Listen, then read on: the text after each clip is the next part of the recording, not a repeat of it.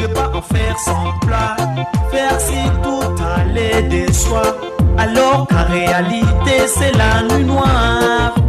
Chers Congolais, n'attendez pas de moi une mélodie berceuse, celle qui vous fera oublier vos misères.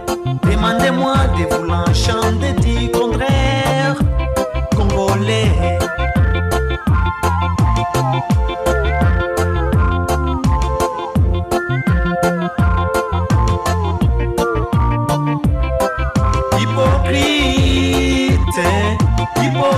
mercredi 2 août 2023, mesdames, messieurs, merci de suivre Upendo Kivu dans cette émission La justice élève la nation, cette émission politique qui est sur Upendo Kivu chaque mercredi comme aujourd'hui. Merci donc de votre fidélité, merci d'être là à nous suivre. Et pour aujourd'hui, nous allons parler de deux sujets majeurs. Il s'agit entre autres de la question sécuritaire d'abord, mais aussi de la question électorale. Nous allons devoir en parler avec notre invité. Il s'agit de Maître Achille Kapanga. Il est ancien maire de Béni. Il est notable de la contrée. Il est avocat au barreau de Kinshasa Matete. Maître Achille Kapanga, merci d'avoir accepté notre invitation. Bonjour et bienvenue. Merci beaucoup, je vous salue, je salue tous les auditeurs de notre chère radio, la radio Upendo Kivu. Nous pensons que c'est encore une fois pour nous l'honneur et l'occasion de parler à la population qui nous suit et qui nous écoute, afin de leur dire le peu que nous pouvons, à la limite de nos connaissances et de nos compétences, et surtout répondre à la préoccupation de la presse et de certains auditeurs qui auront peut-être l'occasion de nous poser certaines questions par rapport à ce grand sujet que vous avez à annoncer tout de suite, monsieur le journaliste. Merci beaucoup, Maître Achille Kapanga. On va devoir parler, comme je l'ai dit, de la question sécuritaire. Il y a beaucoup d'aspects que nous allons devoir aborder sur la question sécuritaire. Il y a par exemple le président de la République qui a fait le ménage au sein de l'appareil sécuritaire. Il y a par exemple l'ANR qui a un nouveau chef. Il y a par exemple aussi la sécurité du président de la République qui a un nouveau nom à sa tête. Nous avons par exemple aussi ces relations qu'il y a entre les Congo-Brazza et le Rwanda, parce que le président Denis Sassou Nguesso a séjourné très récemment à Kigali où ils ont signé plusieurs accords. Et donc nous allons devoir parler de ces relations-là et peut-être ce qu'on peut penser d'elle, sachant que le Rwanda est aujourd'hui en effroi avec la République démocratique du Congo. Nous allons devoir parler aussi de la question de sécurité à Béni, parce que nous sommes avec Maître Achille Kapanga qui est notable dans cette partie. Et donc, on va devoir parler de toutes ces questions avant de chuter sur l'aspect électoral, le processus électoral qui est en cours. Et donc, nous allons devoir entrer en matière, mais ce devra être après cette courte pause. c'est un an d'indépendance, mais d'abord 4 ans de cloisonnement, 32 ans d'ignorance, 14 ans de souffrance, qui fait au total c'est un an de misère.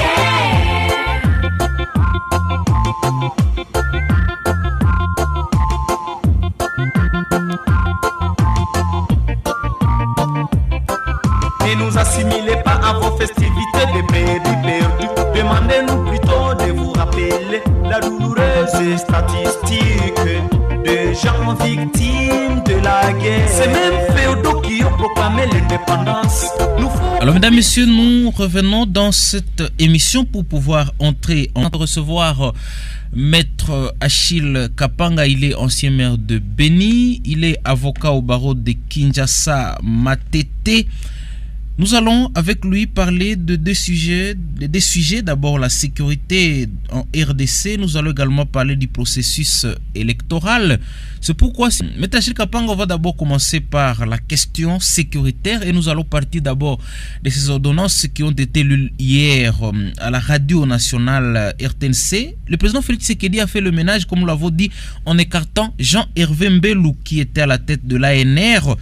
Et il a placé à ce poste Jean-Claude Bou. Alors il a remplacé également Jean-Claude Boukassa. Donc il a remplacé deux grosses têtes qui étaient au centre de la sécurité, dont la sienne. Est-ce que vous pensez, comme quelques-uns, Maître Achille Kapanga, que le président Tshisekedi ne fait pas confiance à son entourage, notamment? Bon, vous savez que les questions sécuritaires sont des questions un peu profondes. Hein. Quand on les aborde, il faut avoir un peu de réserve. Et surtout quand le chef de l'État doit décider, c'est qu'il a eu certains éléments qui ont milité pour ce fait-là.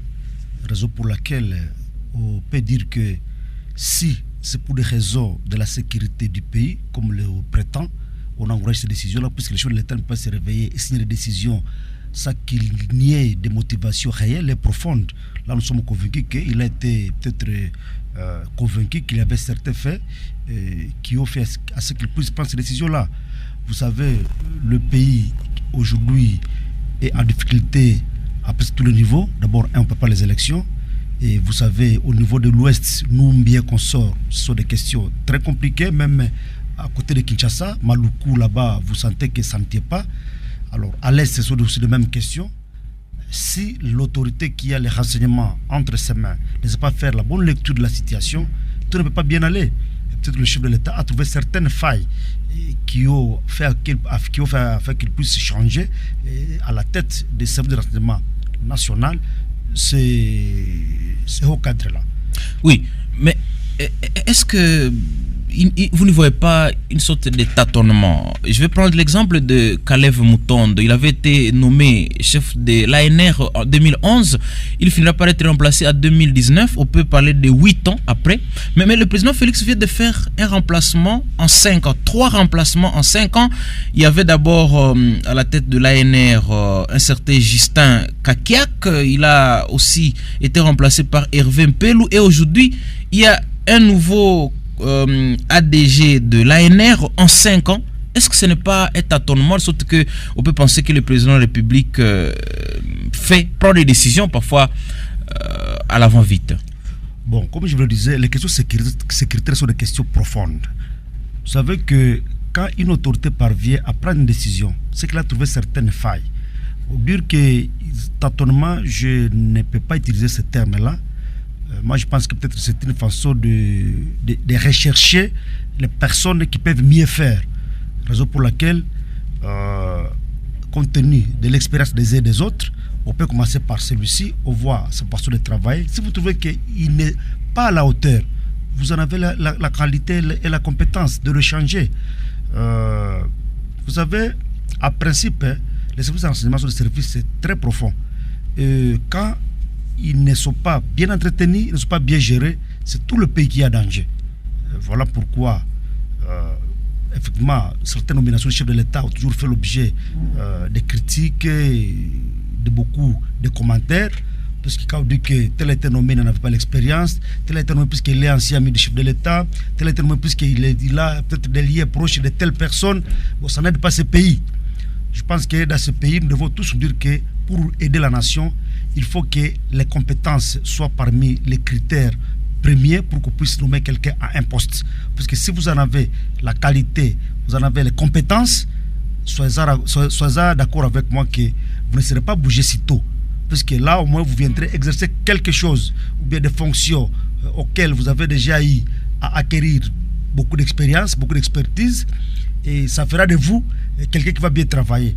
Mais quand vous venez à un poste stratégique, puisque vous avez été recommandé par telle personne, ce n'est pas du tout bon. Voilà pourquoi je pense que si le chef de l'État peut encore une fois compter sur les critères de compétences de certains Congolais qui sont éparpillés à travers toute la République, à travers tout le monde, je pense que vous serez d'accord avec moi que demain, ce pays peut être dirigé par des gens qui s'y connaissent et qu'il faut mieux. Bon, vous savez, quand la politique aussi se mêle, c'est ça aussi le problème. Vous savez, des postes comme ceux-là sont des postes politiques. Parce que le chef de l'État ne peut placer à ce poste que quelqu'un à qui il a confiance. Et si vous n'avez pas vraiment la confiance du chef de l'État, même si vous en avez les compétences, ce n'est pas facile. Donc, en dehors de compétences, il faut aussi avoir la confiance de l'autorité. Avoir la confiance de l'autorité, c'est dire quoi? C'est traiter selon les convictions profondes de l'autorité qui vous a placé là-bas. Si vous ne savez pas travailler sur les convictions profondes de la personne qui vous a placé en ces lieux, bon, même si vous êtes compétent, ce ne sera pas facile. Voilà pourquoi, et non seulement au Congo, mais partout à travers le monde, si le patron des renseignements n'en a pas la confiance, ou bien s'il a trahi quelque part, ou bien si on trouve dans lui certaines failles, d'office le relève de ses fonctions. Ça, c'est une réalité qui est connue. Merci beaucoup, Maître Achille Kapanga, pour ce premier aspect de la question sécuritaire. Alors, comme je l'ai dit, il y a aussi cet autre volet, toujours la situation sécuritaire. Je parlais de ce rapprochement entre Kigali et Brazzaville. Je rappelais que Denis Sassou Nguesso a fait 3 jours à Kigali. Sur place, ils ont signé plusieurs accords. Nous savons déjà également que Paul Kagame a obtenu des pans de terre au Congo-Brazza pour l'agriculture. Mais Tachi Kapanga, est-ce qu'on peut dire que cette amitié entre le Rwanda, qui est ennemi de la RDC, et le Brazzaville, qui est voisin au Congo, est-ce que nous pouvons dire que ça devient une menace pour la RDC? Bon, moi je suis en train de voir que le chef de l'État, beaucoup de chefs d'État africains veillent, c'est fini souvent mal.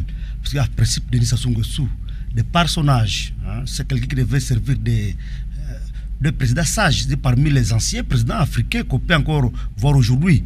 Alors, à son âge, avec son expertise, vous le voir encore tomber dans des situations qui peuvent déstabiliser son voisin, ce n'est pas encouragé. Vous voyez, aujourd'hui, beaucoup de présidents africains sont en train de prendre conscience.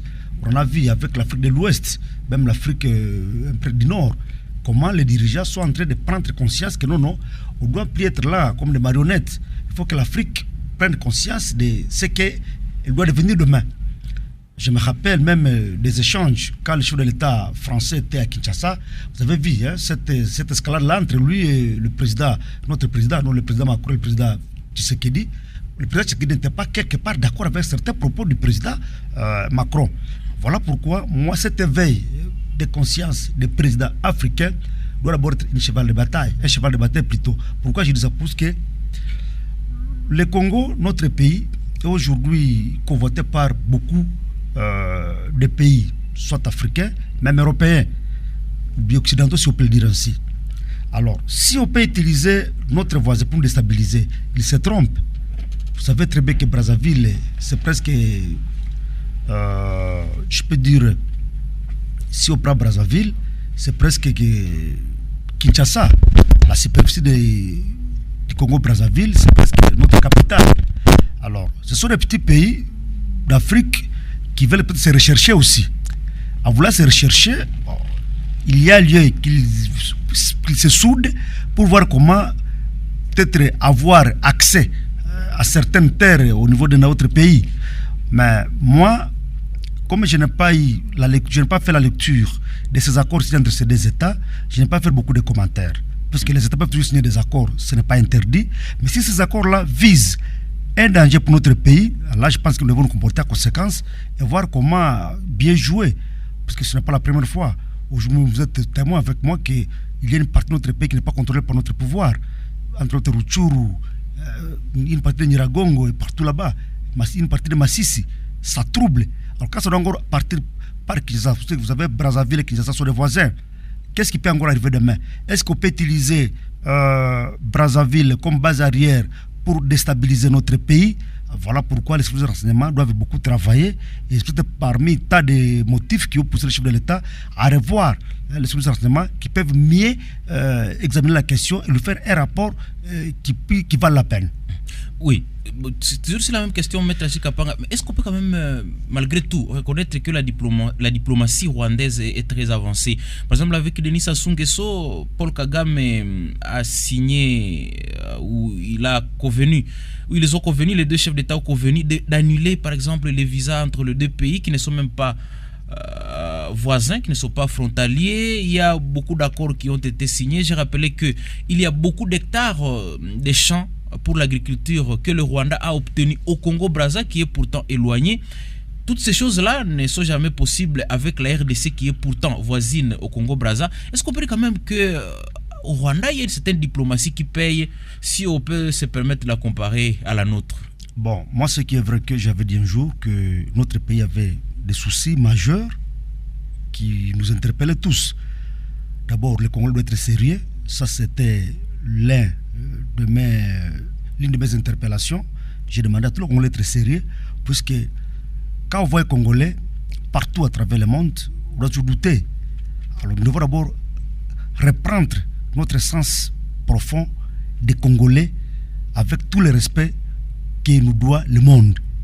Mais si le Congolais a encore ce cachet-là, qui fait de lui quelqu'un qui est moins sérieux dans tout ce qu'il fait, comprenez que ça ne tiendra pas. Ça, c'est d'abord de un. Et de deux, la diplomatie, oui. Je disais que c'est le travail qui rend un État fort et solide. Aujourd'hui, on peut encourager certaines actions par-ci, par-là, mais qui jusque-là n'ont pas suffi. Puisqu'un pays où tout vient de l'extérieur, donc c'est un marché. Puisque vous ne fabriquez rien, mais vous êtes là que pour vendre ce qui est produit à l'extérieur. Donc le Congo, c'est un marché. Alors, un marché, tout le monde peut y accéder. Si vous avez des marchandises, vous venez vendre, c'est un marché. Alors, pourquoi le Congo ne peut pas aussi s'imposer, ou bien commencer à s'imposer pour que demain, on puisse respecter les Congolais? C'est ça la diplomatie. Puisque quand vous dites que vous êtes millionnaire, il y a des Congolais, on apprend, comme on le voit toujours, des dossiers, pas moins de détournements de millions au Congo. Vous allez demander à ces Congolais-là, ces millions que vous avez détournés, montrez-nous même une usine de cure-dents, montrez-nous même une usine de papier duplicateur. Est-ce que vous savez que dans ces pays, il n'y a pas d'usine de papier duplicateur? Dans ce Congo ici. Alors on se dit, mais les millions que les gens ont toujours détournés vont où? C'est ça le manque de sérieuxité. Mais si on pouvait même peut-être détourner ces millions-là, entre guillemets, et peut-être chercher à investir dans ces pays, mais les Rwandais viendront acheter quelque chose de chez nous, l'Ouganda autant, et d'autres pays. Mais elles viennent seulement vendre chez nous. C'est ça d'abord la première question. Donc notre faiblesse par rapport à nous-mêmes, par rapport à notre propre comportement, par rapport à nos propres attitudes. Ça, c'est d'abord la première question. Or, si quelqu'un sait que vous n'êtes qu'un marché, là, c'est compliqué.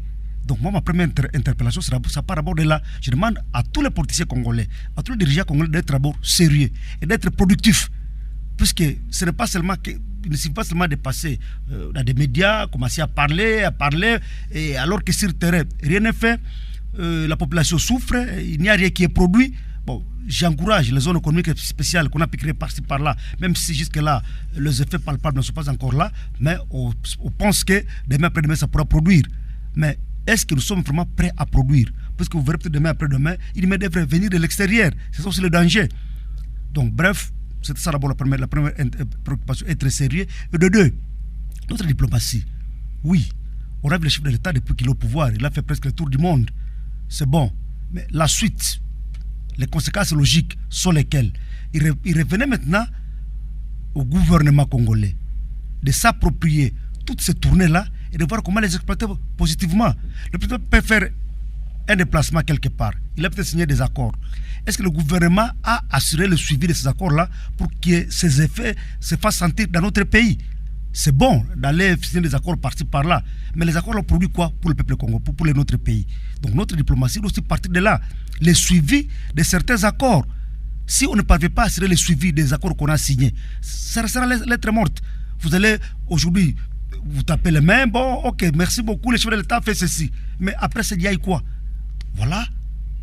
Pourquoi j'interpelle le gouvernement aussi d'assurer le suivi? Ça rentre dans la diplomatie.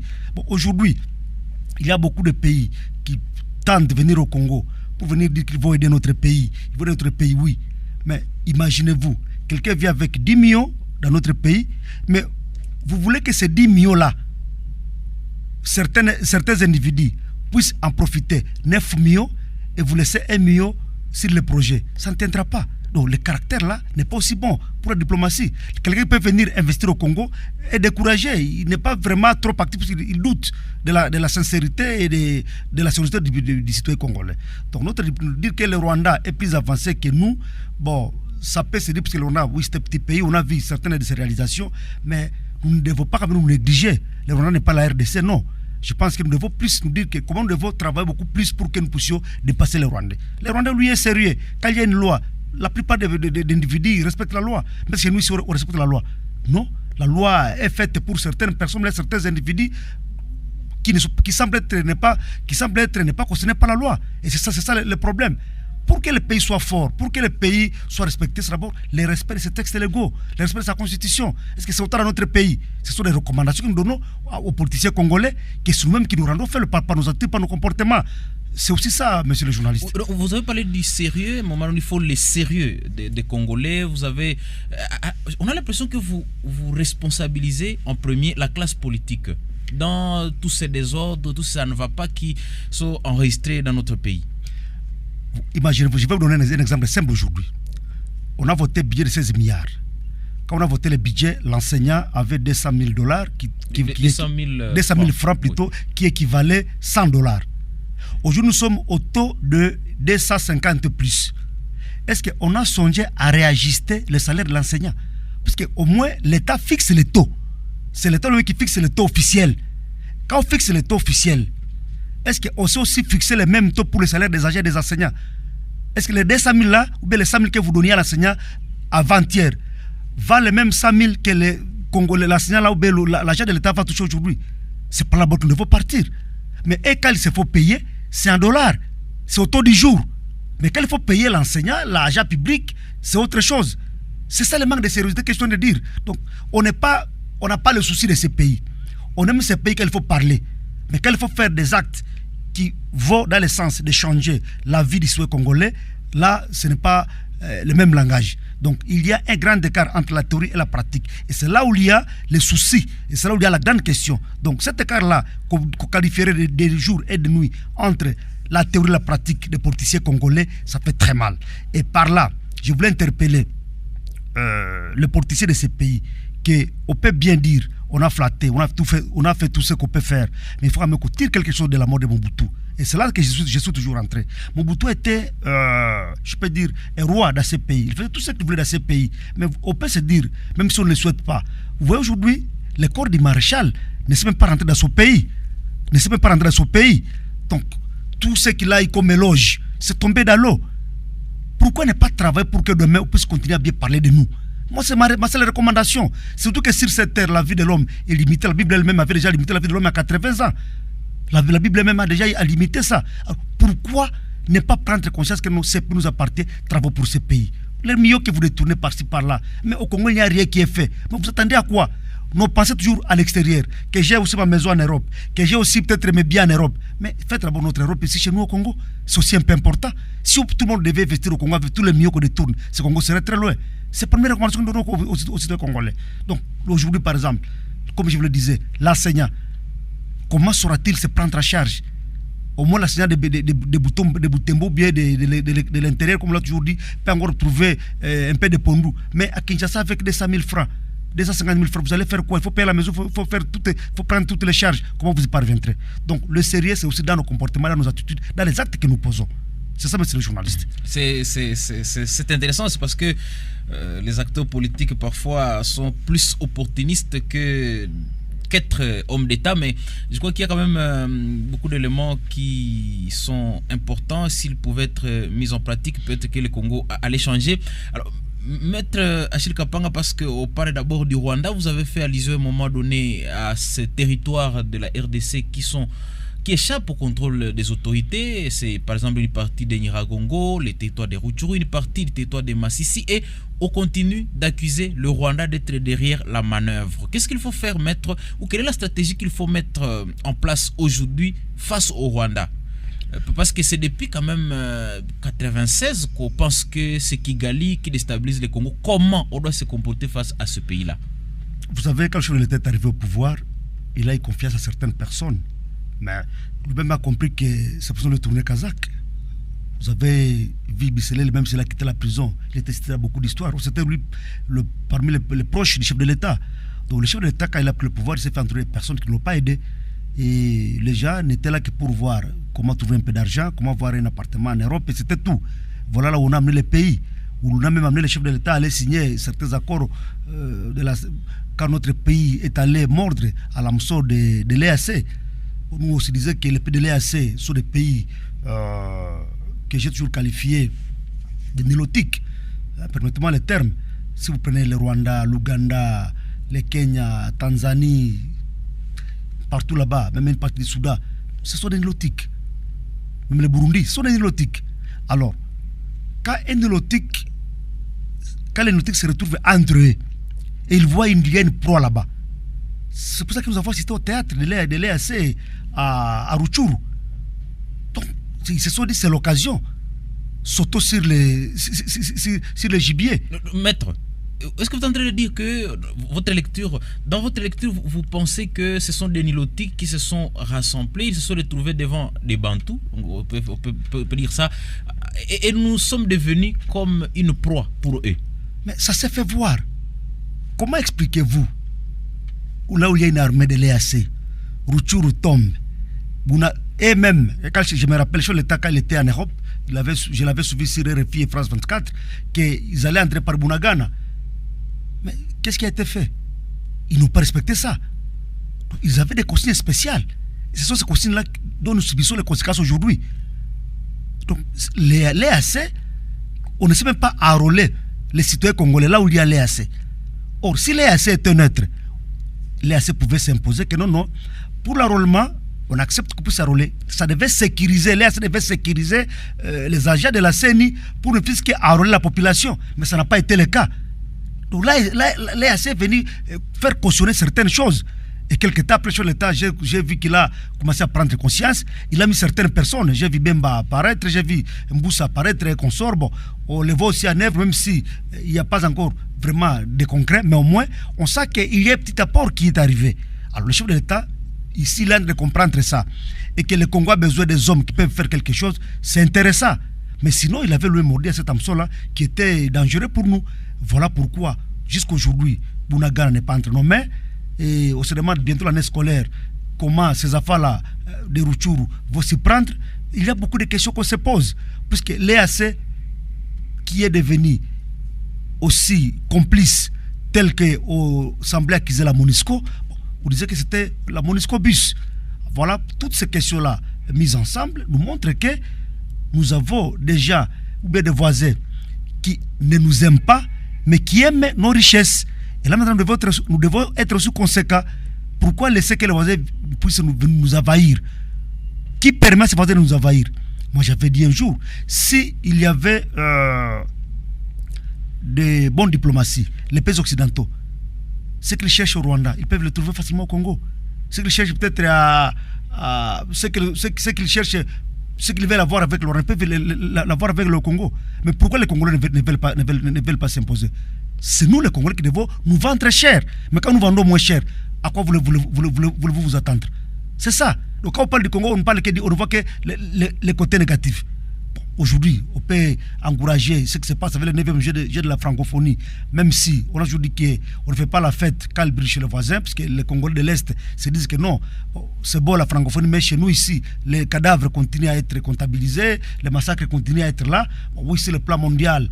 On est en train de chercher avant du match de la RDC, peut-être ça peut encore attirer la curiosité ou bien l'attention de certains États pour venir nous aider que non, ne passe pas qu'au Congo, il n'y a pas de vie. Nous y avons été avec la francophonie, voilà comment ça a été.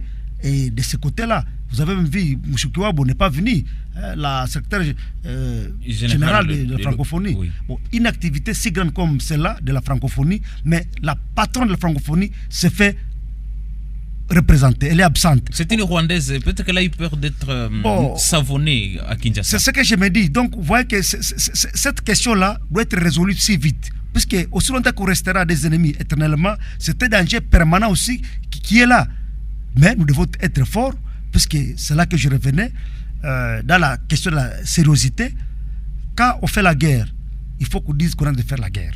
Puisque, soyez d'accord avec moi, le chef était un moment où il lui avait annoncé 21 000 hommes. Il devait venir ici, il savait qu'il avait 21 000 hommes.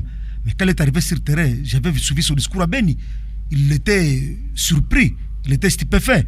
Avec de telles pratiques, comment vous voulez qu'on puisse arriver à gagner une guerre? Quand vous voulez me tromper votre commandant, c'est dangereux.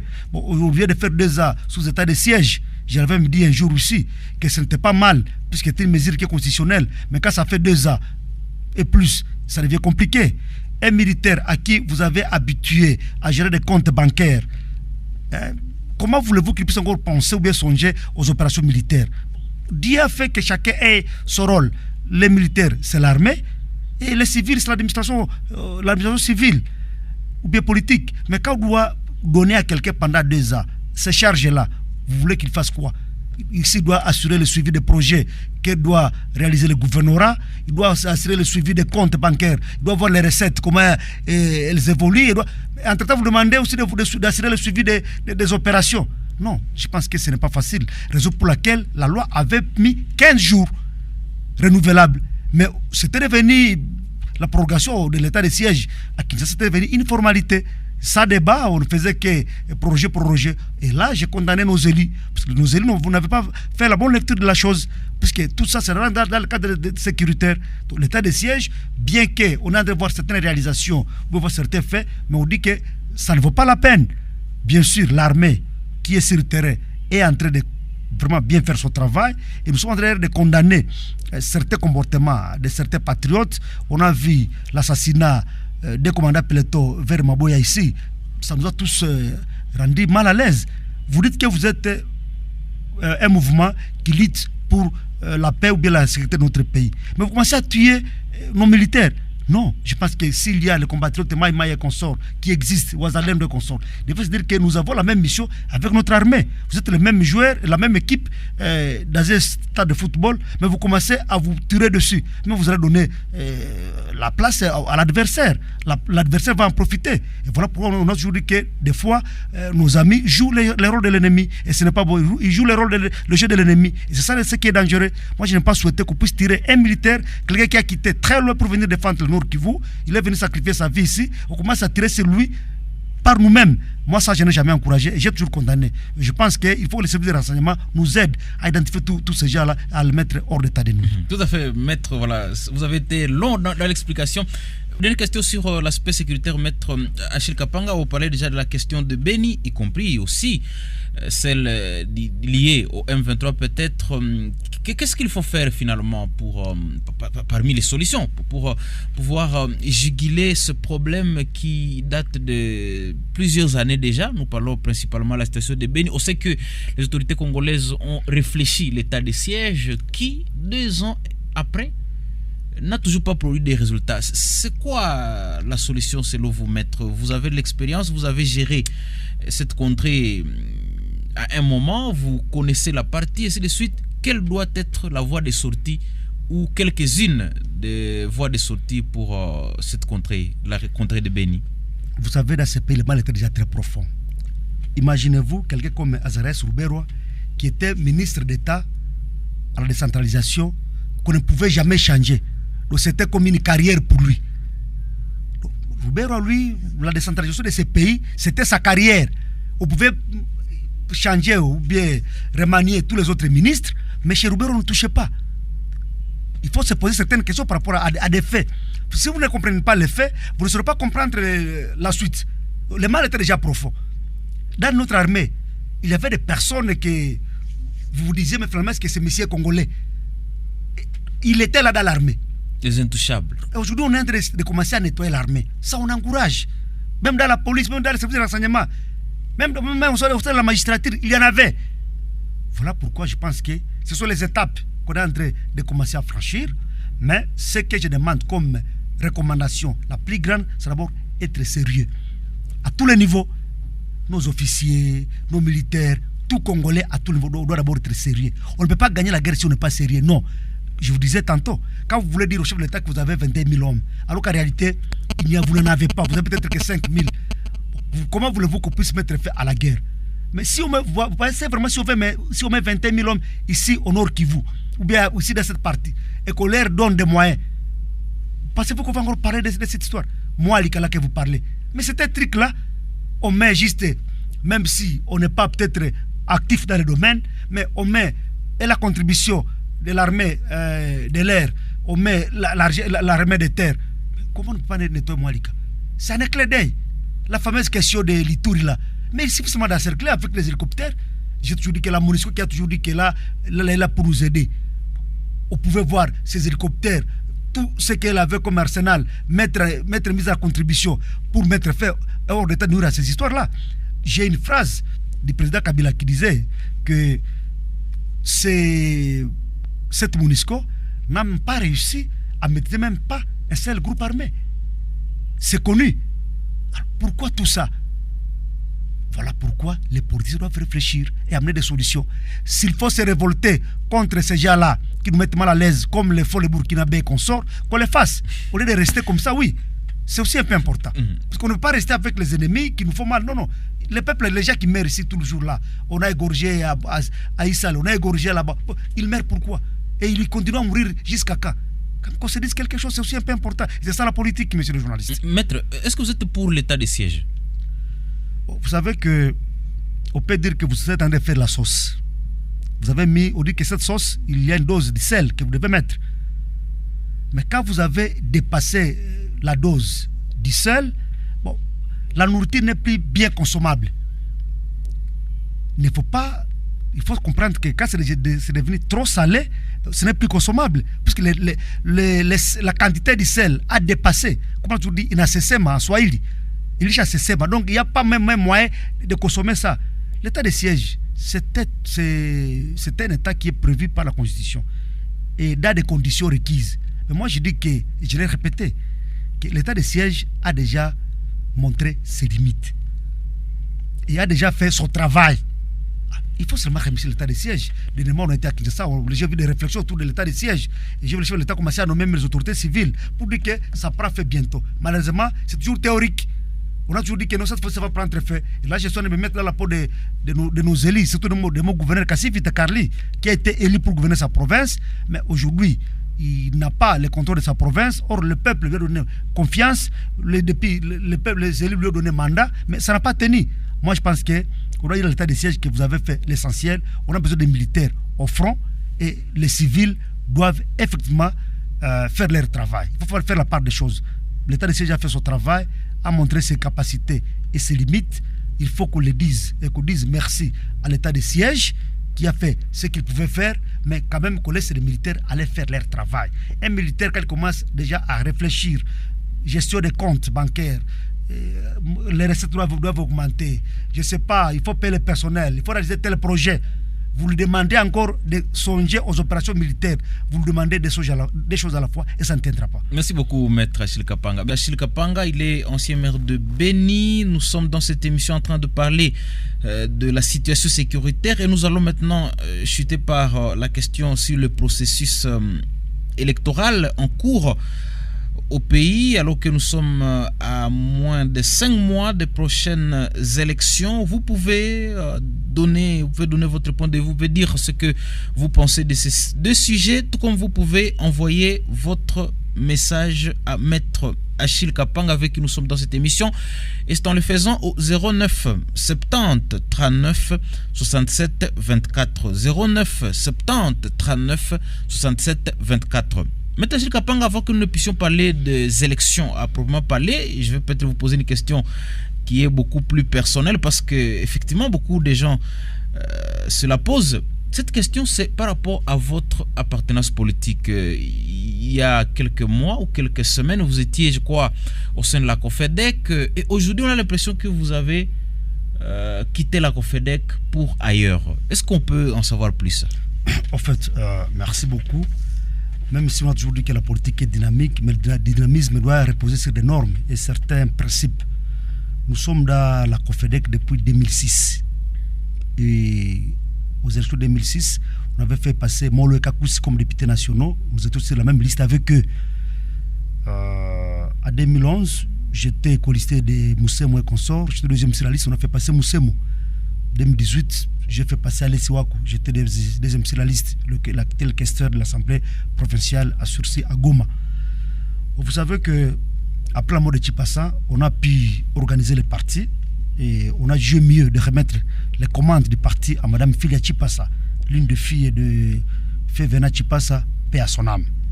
On a bien évolué, on a réussi à asseoir le parti et à les faire encore revivre. Il est arrivé un moment que Madame la présidente nationale de notre parti a décidé de ne pas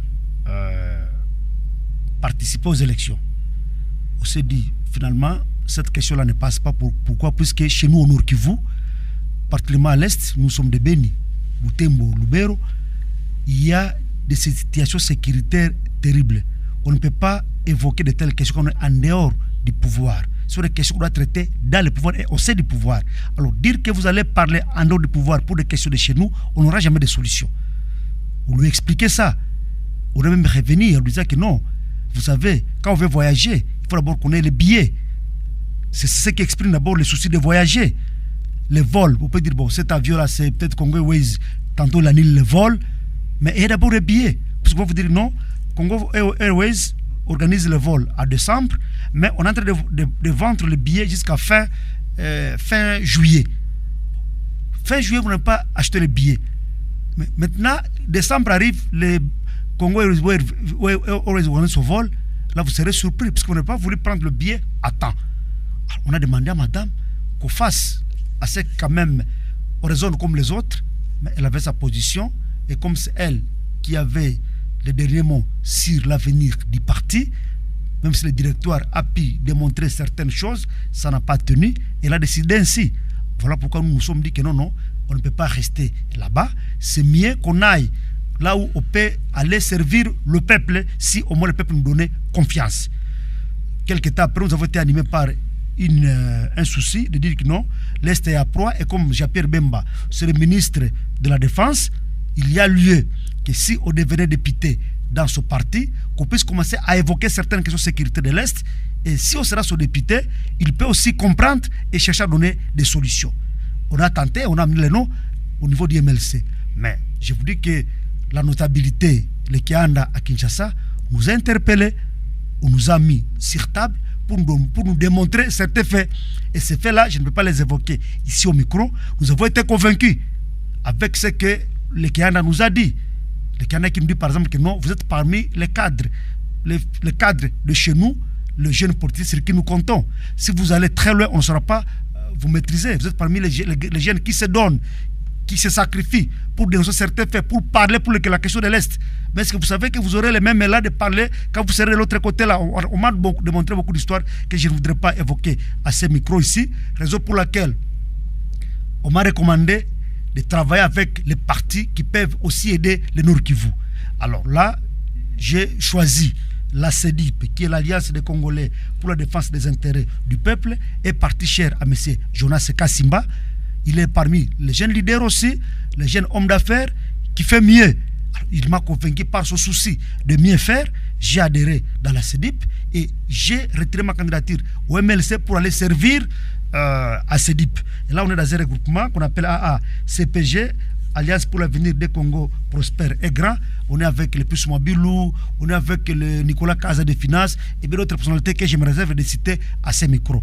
Voilà pourquoi je suis en train de dire aux gens qu'aujourd'hui, Achille Kapanga a maintenant les couleurs de la CEDIP, un parti cher à M.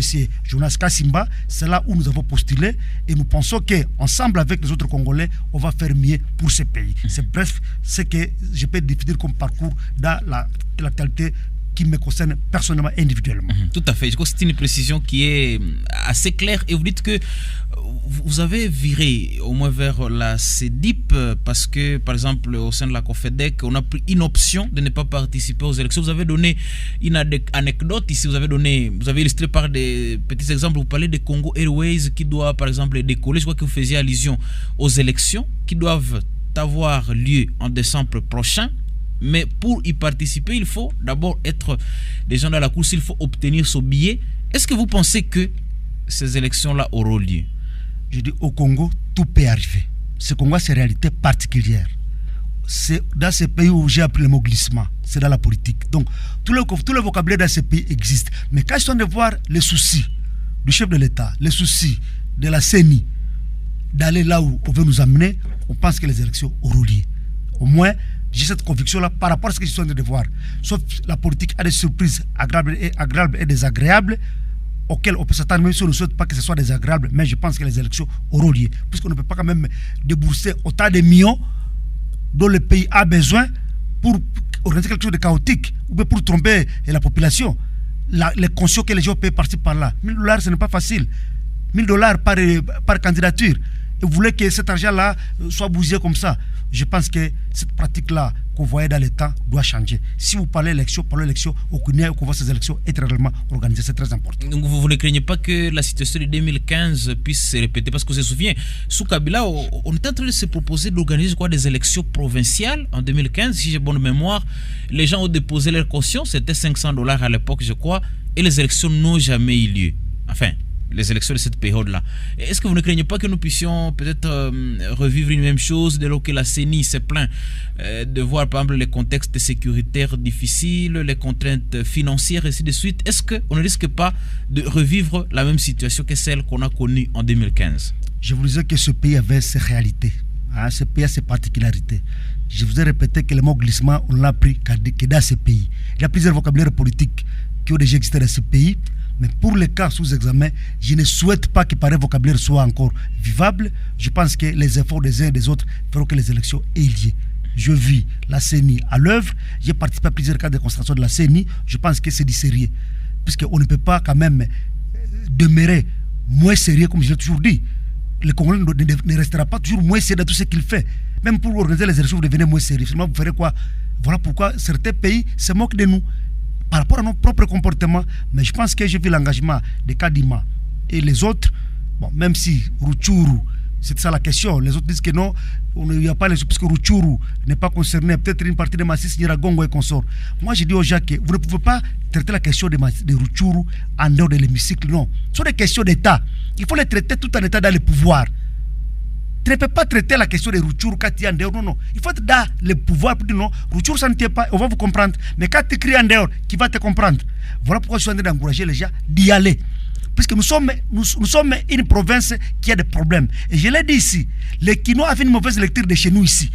Les Kinois avaient une mauvaise lecture et pensent que c'est nous qui nous entretenons. Et ça, c'est très dangereux. Je pense que nous devons être vigilants et savoir ce que nous cherchons. Tu ne peux pas chercher une solution et quand on te donne les données pour trouver la solution, tu n'avais pas. Ou bien les formules pour trouver des solutions, tu n'avais pas. Non. C'est dans le pouvoir que Julien peut parler du Nord Kivu.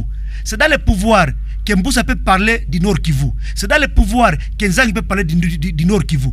Nzangi, Julien, Mboussa et consorts, c'est dans le pouvoir que Mole peut diriger la Cadeco. On ne peut pas faire ça à l'extérieur, non, non. Et c'est là où les gens se trompent. Si Mole était à l'extérieur du pouvoir, ne pouvait pas diriger la Cadeco. Si Julien était à l'extérieur du pouvoir, ne pouvait pas peut-être créer les zones économiques que nous voyons.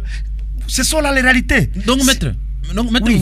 vous encouragez les gens, un peu comme Julien Paloukou le disait à son temps lorsqu'il était gouverneur, vous encouragez les gens à n'être qu'au sein du pouvoir, jamais dans l'opposition. Non, non, non. J'ai dit, l'aspect de chez nous nous interpelle. Il n'y a pas seulement que Julien, non. Il y a plusieurs politiciens qui peuvent aider. Mais je vous dis que dans ce pays, il n'existe pas d'opposition. Là, au moins, il faut que je vous le dise. On est opposant quand on n'est pas servi. Mais une fois qu'on est servi, on n'est plus opposant. Moi, je pense que les gens doivent cesser de tromper le peuple congolais avec le mot opposition. Ça n'existe pas. On est opposant puisqu'on n'a pas été nommé, puisqu'on n'a pas été servi. C'est là on est opposant. C'est quelle sorte d'opposition ça? Voyez comment l'FCC se vide aujourd'hui. C'est ça l'opposition? Les gens qui injuriaient qui se quittent d'hier. Les gens qui injuriaient peut-être Fachi jusqu'à la mort. Ce ne sont pas eux qui sont de chanter Fachi Beto. Et ces gens veulent dire qu'ils sont opposants. Non, comme qu'on soit sérieux.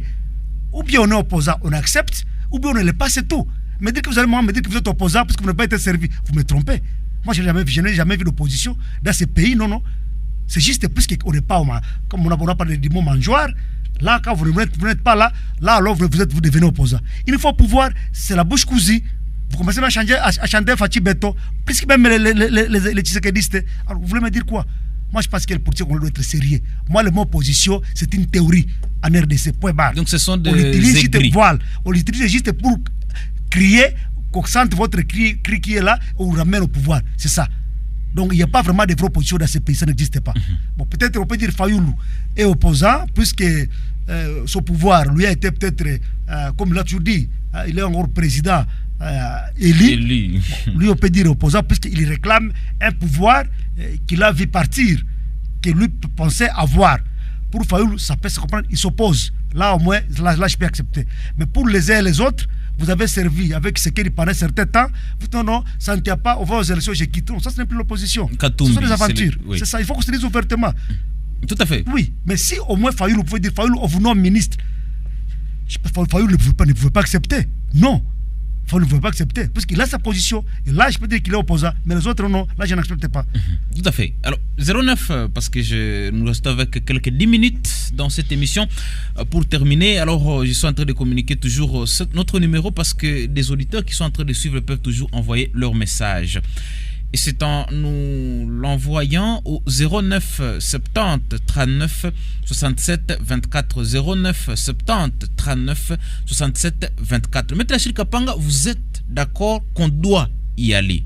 Voilà, qu'on doit y aller. Mais comment réagissez-vous maintenant à cette lecture de la plupart qui pensent que le processus électoral semble biaisé, il y a beaucoup de couacs, on semble aller vers une fraude électorale massive en faveur du régime. Aujourd'hui, à moins de 5 mois des élections, comment analysez-vous le processus électoral en cours sur plusieurs aspects?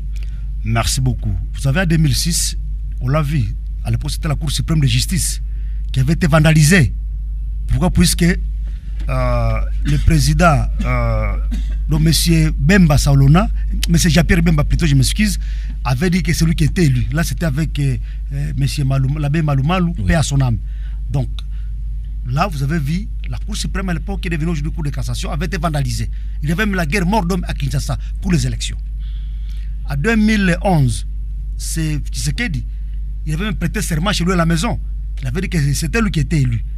En 2018, vous avez vu avec Martin Fayoulou, qui aujourd'hui continue à s'appeler président élu. Donc ça montre qu'au Congo, il n'y a jamais eu une élection où les résultats sont acceptés. Même si ça se passe presque partout au monde, mais chez nous, il y a des particularités.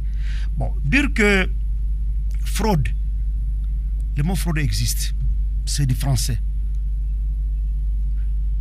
Voilà pourquoi j'appelle les uns et les autres d'être sérieux, d'être vigilants. Quand tu connais qu'on va frauder, comment lutter contre la fraude? Il faut faire de tous les moyens pour avoir vos PV. Je me rappelle ce qu'avait fait des fois à Fayoulou, c'était les PV, les procès-verbaux. Donc nous devons avoir des témoins et imposer à qu'on puisse nous remettre nos procès-verbaux. Là, au moins, tu auras des preuves que non, mes voix sont là. Mes voix sont là. Même si la Cour constitutionnelle, il y a toujours certaines réalités. On a vu certains élus aller passer nuit avec des nattes à la Cour constitutionnelle pour réclamer leur mandat. On l'a vu. Mais tout ça, il faut déjà qu'on prenne des dispositions pour lutter contre ça. On ne doit pas cautionner les bêtises, non. Les élections s'organisent. Et je vous dis, la fois passée, on a vu certains agents opérateurs de saisie au niveau de la CENI qui votaient à la machine à l'intérieur de certaines personnes qui les avaient soudoyées. Tout ça, il faut qu'on verse sur ça. Comme on connaît d'avance qu'il y aura fraude, mais prenons nos précautions, c'est important. C'est le conseil que moi je peux donner aux uns aux autres. Oui, même si vous pensez qu'il n'y a pas vraiment une vraie opposition au Congo, mais est-ce que vous pensez que les quelques revendications de ces opposants, entre guillemets, je les mets entre guillemets parce que vous dites qu'il n'y a que des aigris, il n'y a que des opportunistes au sein de l'opposition, est-ce que vous pensez que les revendications sont légitimes? Dire par exemple, nous voulons que le fichier électoral puisse être revisité par un organe international qui est beaucoup plus neutre, une cour constitutionnelle constituée dans les normes, pas comme ça s'est passé, une CENI qui est refaite aussi selon ce qui est recommandé, la loi électorale. Est-ce que vous pensez que tout ça sont des facteurs, sont des éléments quand même qui sont justifiés et qu'il faut peut-être y travailler pour obtenir de bonnes élections, surtout qu'il s'agira d'une 4e expérience après 2006, 2011 et 2018? Est-ce que ce que ces hommes-là demandent est faisable matériellement et légalement? C'est ça la question qu'il faut se poser. Si légalement c'est faisable, on peut le faire. Parce qu'il ne faut pas évoquer quelque chose comme si vous étiez naïf. Est-ce que ce que vous demandez là, avec la loi aujourd'hui, est-il faisable? Est-ce que la loi permet à ce que ça se fasse aujourd'hui? Si c'est faisable, alors là on peut saisir les instances compétentes pour voir comment aboutir à ça. Matériellement, comment on peut faire ça matériellement aujourd'hui? Est-ce qu'il y a moyen de le faire matériellement? Mettez-vous à la place de Kadima par exemple. Est-ce que si c'était vous à la place de Kadima, sauriez-vous faire ça? Sauriez-vous faire ça? Si légalement et matériellement c'est faisable, je pense que je peux demander à tous les grands amis ici de saisir les instances compétentes pour obtenir des causes par rapport à ça. Moi, c'est ma réponse. Donc, les revendications, si elles sont fondées, il y a des lieux où on les amène pour qu'on puisse voir comment y trouver des solutions.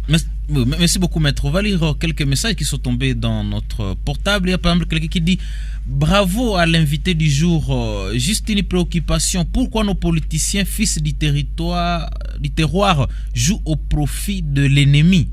Voilà le message, je le reprends. Juste une préoccupation. Pourquoi nos politiciens, fils du terroir, jouent au profit de l'ennemi? C'est un premier message. Un autre message qui dit ceci. Merci pour le débat, mais l'invité ne répond pas clairement à la question de l'état de siège. Donc, qu'il donne les bilans, positif ou négatif, signé Mbalé. Voilà, je crois qu'il y a un auditeur qui veut y voir clair pour la question de l'état de siège. Un autre message, merci beaucoup pour l'émission. S'il vous plaît, que monsieur le maire honoraire essaie de nous éclaircir concernant la réduction du taux. On a assez souffert. C'est aussi à Lumande depuis Mukuna. Voilà la question des taux. Je crois que c'est une question qui vient d'être posée. Un autre message. Bonjour les chefs. S'il vous plaît, forcez-vous d'inviter un jour tous vos soi-disant députés pour leur demander ce qui ne va pas, pour qu'on soit en paix. Qui ne nous dérange plus. Tutabatu Pako Maïbo Césawadi de Kitulu qui écrit ce message. Et notre encore qui dit ceci. Bonjour le débat. S'il vous plaît, que Maître Kapanga, que Kapanga, est-ce que Kapanga, je crois, peut nous dire de quoi il est différent des autres qui sont à la mangeoire? Quel est son bilan à la mairie de Beni de Pierrot du Continent qui a écrit ce message? Voilà un autre message que je vais lire aussi qui dit ceci. Voilà, il commence un peu plus haut. Bonjour, chers journalistes. Moi, je vois qu'il faut changer toute la classe politique qui ne s'inquiète pas de la population congolaise, mais plutôt de leur poche. Imaginez-vous, hier, chers journalistes, les bénéficiaires du fonds social parviennent à réclamer leur argent et brusquement le gouvernement leur les envoie. Est-ce qu'il y a la volonté de bien faire? Et tout commence à la tête, c'est-à-dire à la présidence de Tshisekedi. Ensuite, les ministres, les députés, c'est déplorable. Ingénieur Kalemba qui poursuit. Moi, je pense qu'il manque la stratégie. Pourquoi appeler les AC, la force régionale, la MONUSCO, pour faire quoi en RDC? Tout cela, c'est une mauvaise politique des dirigeants congolais, des hypocrites. Au lieu d'encadrer nos FRDC, nous sommes vendus par le gouvernement de Tshisekedi. C'est toujours Nelson Kalemba qui ajoute encore, qui va contrôler ces 21 000 hommes, qui va donner des moyens, Maître Achille Kapanga, qui va former l'armée. Maître, nos politiciens songent seulement à leurs $35 000 le mois. Il faut changer toute la classe politique en commençant par le président. Ingénieur Nelson Kalemba qui a écrit, d'ailleurs sur le dernier message, il dit: bonjour chers journalistes, juste demander à Maître, tel que je le connais, sincère, je suis désolé quand il laisse la population de Rutshuru dans le désert. Je lui demande toutes ces personnes qu'il vient de citer, Julien Mboussa, quel est leur bilan, Maître? Laissez de distraire la population. Vous avez fui la mangeoire aussi, Maître, il faut le dire comme ça. Je ne sais pas si le message est vraiment audible parce que j'ai tâtonné en le lisant. Voilà, il y a un autre qui dit: merci à vous, selon le maire honoraire avec son expérience, qui tue en Beni. Qui tue à Beni, voilà, c'est aussi ça le message. Maître, si on peut lire ces quelques messages parce que nous restons avec 5 minutes dans cette émission, si vous pouvez peut-être réagir à quelques-uns avant que je nous pose la dernière question. Merci beaucoup. Je dirais d'abord aux autres que Achille Kapanga n'a jamais été député. Il n'a jamais eu de mandat. Il ne faut pas confondre Achille Kapanga et un député. Non, Achille Kapanga est juste un notable de la région qui aime le peuple et qui travaille pour le peuple sans mandat. Ça, c'est une précision qui est très importante. De deux, par rapport au taux, je pense que la question du taux, j'ai vu certaines mesures prises par le ministre des Finances. Je pense que ce sont les politiciens qui doivent être conséquents. Ce sont eux qui ont beaucoup de masse monétaire dans leur maison. Vous allez voir quelqu'un à qui vous avez remis autant de millions en francs congolais, il a besoin de dollars, il va chercher le marché noir. Je pense qu'il faut que l'argent passe par les banques. Mais dire que les millions doivent passer par les mains des individus, c'est ça le danger qui tue et qui fait que les taux puissent, peut-être qui crée l'inflation. Par rapport au bilan de l'état de siège, je pense que ceux qui évaluent l'état de siège sont à l'Assemblée nationale, sur les députés. Tout le monde a vu comment les députés sont comportés par rapport à l'état de siège. Moi, à mon niveau, je pense que j'ai été clair. Je dis que la loi a déjà prévu et que les demandes sont en cours pour qu'on puisse mettre fin à l'état de siège. J'ai donné certaines recommandations et certains conseils. Je me suis limité à cela parce que c'est là où se limite ma compétence. Par rapport à la session de Kalemba qui parle du bilan d'Achille Kapanga à la mairie, je lui signifie que nous avons été maire quand on était avec les Ougandais et ce n'était pas facile. Ce n'est pas aujourd'hui au micro que je voudrais peut-être discuter de cette question-là. Si quelqu'un veut en savoir plus, il peut me contacter pour que je lui dise ce que j'ai fait et ce que je compte faire par rapport à ce tas de choses-là. Si j'ai cité Julien, si j'ai cité Mboussa et consorts, c'était une façon de dire que non, la politique de la chaise vide ne paye pas. Au moins que nous ayons certains de nos représentants dans le gouvernement. Ça vaut la peine, ça donne aussi un peu de poids, puisque au moins, quand il s'agit de questions de l'Est, eux peuvent évoquer ou bien chercher à trouver des solutions à différentes questions qui concernent l'Est de chez nous. Rutshuru, j'ai dit, on ne peut pas aider Rutshuru en état à l'extérieur, non. Rutshuru est déjà enclavé, Rutshuru est déjà pris par l'M23. Ce n'est pas à crier dehors qu'on va trouver des solutions à Rutshuru, mais si on est dans le gouvernement, si on est au pouvoir, on peut facilement amener le pouvoir ou bien influencer le pouvoir à prendre des solutions pour que Rutshuru puisse être libéré. Et on a la foi que Rutshuru sera libéré. Cette fois, on en a. Les Nilotiques, oui, c'est leur façon de faire, mais nous pensons que nous devons être aussi forts et vraiment accompagner nos FARDC, parce que les militaires ont besoin de sa population, comme la population a besoin de ses militaires, de sa police. Donc ces mariages-là, on a toujours appelé civilo-militaire ou bien police civile, doivent vraiment exister entre nous pour que nous puissions réussir ce que nous sommes en train de faire. Et là, je demande aux dirigeants, surtout les commandants de différentes troupes, qu'elles soient au niveau de la police comme de l'armée, de remettre un peu de la discipline au sein de leurs troupes, puisque les cas d'exaction, les cas de tracasserie, les cas de ce qu'on a décrit comme des remats au niveau de Visiki, comment les militaires commencent à créer des barrières par-ci par-là. Je pense que ces barrières inutiles qui sont déjà interdites par le gouvernement doivent être peut-être arrachées et permettre à la population de circuler librement. C'est très important. Je dis, à part Julien, à part Zang, à part Mboussa et consorts, il y a aussi d'autres hommes qui peuvent faire mieux. Voilà pourquoi on va voir vers les élections. Mais je pense que je demande à la population de Butembo d'être trop vigilante, puisque c'est ça peut-être ma précision, que ce n'est pas les sels, ce n'est pas les savots, ce ne sont pas les tentes, les tabourets, les tôles qui parlent au gouvernement. Non, ceux qui parlent au gouvernement sont des hommes. Vous devez savoir choisir les hommes qui valent la peine, qui vont aller nous représenter, puisque nous avons vu avec l'expérience passée, et là, je précise qu'il y a 3 catégories de candidats. Aujourd'hui, il y a les candidats qui ont déjà eu 1, 2 ou plusieurs mandats. Il y a ceux qui n'ont jamais eu de mandat mais qui travaillent et ceux qui veulent commencer aujourd'hui.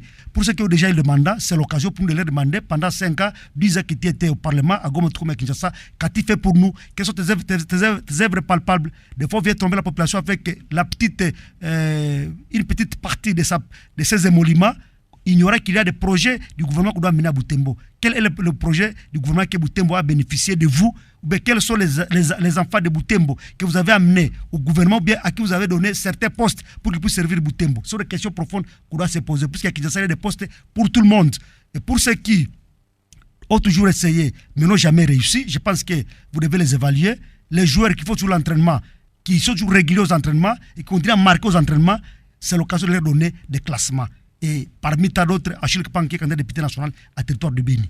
Et la troisième catégorie, c'est maintenant la catégorie des candidats qui veulent commencer. Peut-être quelqu'un qui ne connaît même pas Butembo et qui ne connaît même pas peut-être Goma, bon, il veut du coup aller à Kinshasa. Ce n'est pas mal d'avoir des ambitions. Mais si celles sont démesurées, moi je ne conseille pas.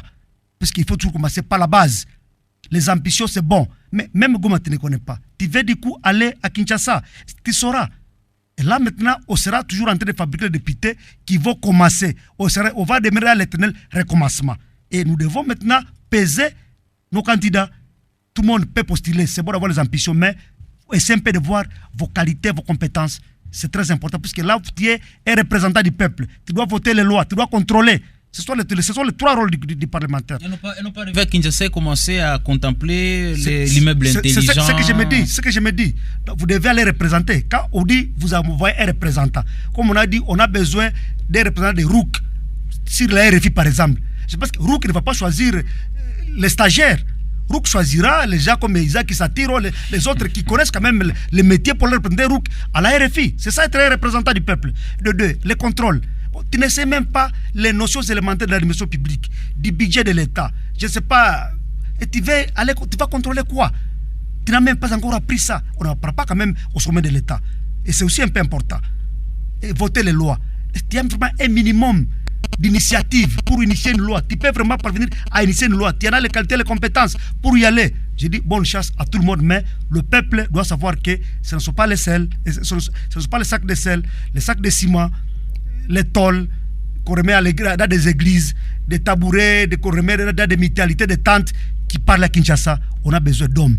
Et ces hommes-là, vous les avez. C'est vous les coachs, vous devez choisir les joueurs qui seront compétents. Nous sommes en train d'aller jouer la finale entre l'Argentine et la France. C'est la finale de la Coupe du Monde. Là, si vous osez laisser Messi et Mbappé sur les bancs, c'est que vous n'avez pas besoin d'amener la coupe ici à Butembo. Il y a des hommes qui valent la peine et c'est un peu de voir les hommes que vous allez choisir pour aller vous représenter au niveau de Kinshasa. Merci beaucoup, maître. Je crois que vous avez d'ailleurs répondu à la dernière question que j'allais vous poser. C'était par rapport au profil des hommes qui doivent être votés, même si on n'est pas encore à la période électorale, mais vous y avez suffisamment répondu et je crois que ça devra être votre conclusion. Moi que vous ayez peut-être un tout dernier mot de la fin avant que nous puissions rentrer l'antenne. Oui, je suis en train d'encourager la candidature de M. Mboussa Nyamwisi. Même si Achille Kapanga n'est pas dire c'est des KML, mais quand je vois l'image de l'icône, je pense que Mboussa Nyamwisi, c'est parmi les hommes sur qui nous avons pu fonder notre conviction. À dépit de tout ce qui lui est arrivé, il tient encore. S'il est venu à Butembo, je pense que la population de Butembo doit placer sa confiance dans Mboussa, qui est l'un des leaders. Mboussa a déjà fait son travail, Mboussa a déjà formé les ministres, il a formé les généraux, il a formé presque tout le monde. À principe, nous devons toujours récompenser ce musée-là par rapport à ce qu'il a eu à faire. Rappelez-vous, même avec l'effacer les tableaux, c'est lui qui a réussi à enlever l'effacer les tableaux à Beni. Donc, moi, je ne viens pas ici pour faire les éloges de Mboussa, mais je dis seulement à la population que c'est parmi les hommes qui peuvent convaincre. Et si aujourd'hui, on peut dire à Kinshasa, chez Fachi, qu'il y a peut-être, je m'excuse de citer les noms, on dit par exemple, monsieur le président Fachi, il y a l'honorable Tembo Seyotama qui va être reçu par vous, et il y a l'honorable Mboussa Nyamwisi qui va être reçu par vous. Je pense, au niveau du protocole, on pourra peser. On peut facilement dire, peut-être à ces députés d'aller rencontrer son président du Parlement, mais peut-être, comme Mboussa a certains éléments, certaines matières, Fachi peut les recevoir. Il faut savoir peser les hommes. Si j'ai mal fait la situation de comparaison, à citer les noms déjà, ce n'est pas dans mes habitudes, mais c'est plus que j'ai parlé d'un élit et des notables. C'était juste ça. Je voulais prendre les noms peut-être de Mbindoulé, de qui d'autre, mais j'ai pris les noms qui m'est venu à tête. Donc, qu'on ne pense pas que j'ai cité les noms de quelqu'un ici. Non, j'ai pris les noms qui m'est venu à tête en faisant cette étude-là comparative. Donc, on doit quand même savoir peser les hommes pour que demain, au Parlement ou bien au sein du gouvernement, nous puissions avoir des gens qui peuvent peser aussi. Je dis bien, c'est la finale qu'on va jouer de la Coupe du Monde. C'est entre la France et l'Argentine. Laisser Mbappé et Messi sur le banc, c'est une erreur grave que nous regretterons si nous le faisons. Merci beaucoup. Merci beaucoup, maître Achille Kapanga. C'est par ce parallélisme que nous sommes à la fin de cette émission. Mesdames, messieurs, vous avez été nombreux à nous suivre parce que nous avons été ici avec maître Achille Kapanga. J'ai plusieurs fois rappelé qu'il est ancien maire de Beni. Il est aujourd'hui avocat au barreau de Kinshasa. De la Chopo. De la Chopo, voilà, curieusement. Voilà. Merci donc, maître Achille Kapanga, d'être venu, d'avoir participé à cette émission. Je remercie tous les auditeurs, je remercie la radio Rouk. Je salue aussi votre bravoure, toute l'équipe technique qui nous a accompagnés et les personnes de cette radio que j'encourage, vous tenez fort. Je pense que demain vous ferez encore mieux que là quand vous aurez notre télévision qui sera là, je pense. Et les apports des uns et des autres feront que cette radio soit là. Merci beaucoup. Merci beaucoup, maître Achille Kapanga. Moi, je m'appelle Isaac Tissatiro. Les Congo est un scandale géologique. Ça rend pour priver les Congolais de leur